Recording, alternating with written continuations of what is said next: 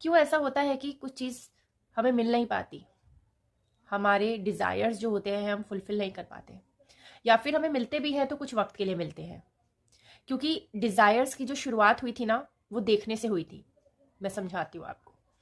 जैसे आपने कहीं पे कुछ देखा, चाहे वो घर हो, गाड़ी हो, कोई लाइफ़स्टाइल हो, कोई पर्सन हो, आपको बहुत सुंदर लगा, बहुत अट्रैक्टिव लगा, आकर्षण बहुत था उसमें, तो आपके डिज़ायर्स हो गए। इसका मतलब भगवत गीता में श्री कृष्ण ने कहा है, जो दिखता है वो नश्वर है।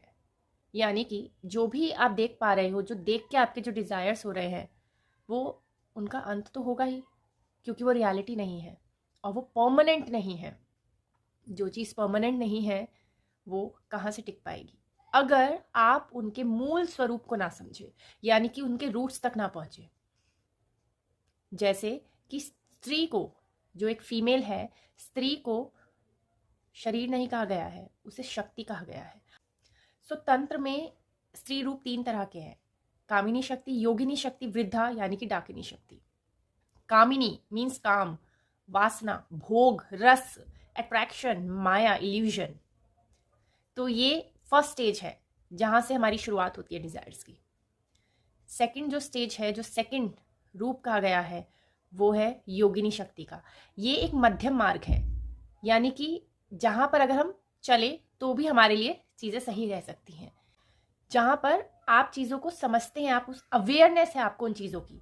ऐसे नहीं है कि कुछ भी देखा बस पाने की सोच लिया, यानी कि आप उस चीज को लेकर अवेयर है, जागरूक है कि ये चीजें मेरी लाइफ में क्या इसकी जरूरत है या नहीं है, या अगर मुझे मिलेंगी तो क्या मैं इसको अच्छे से समझ पा रहा हूं या नहीं।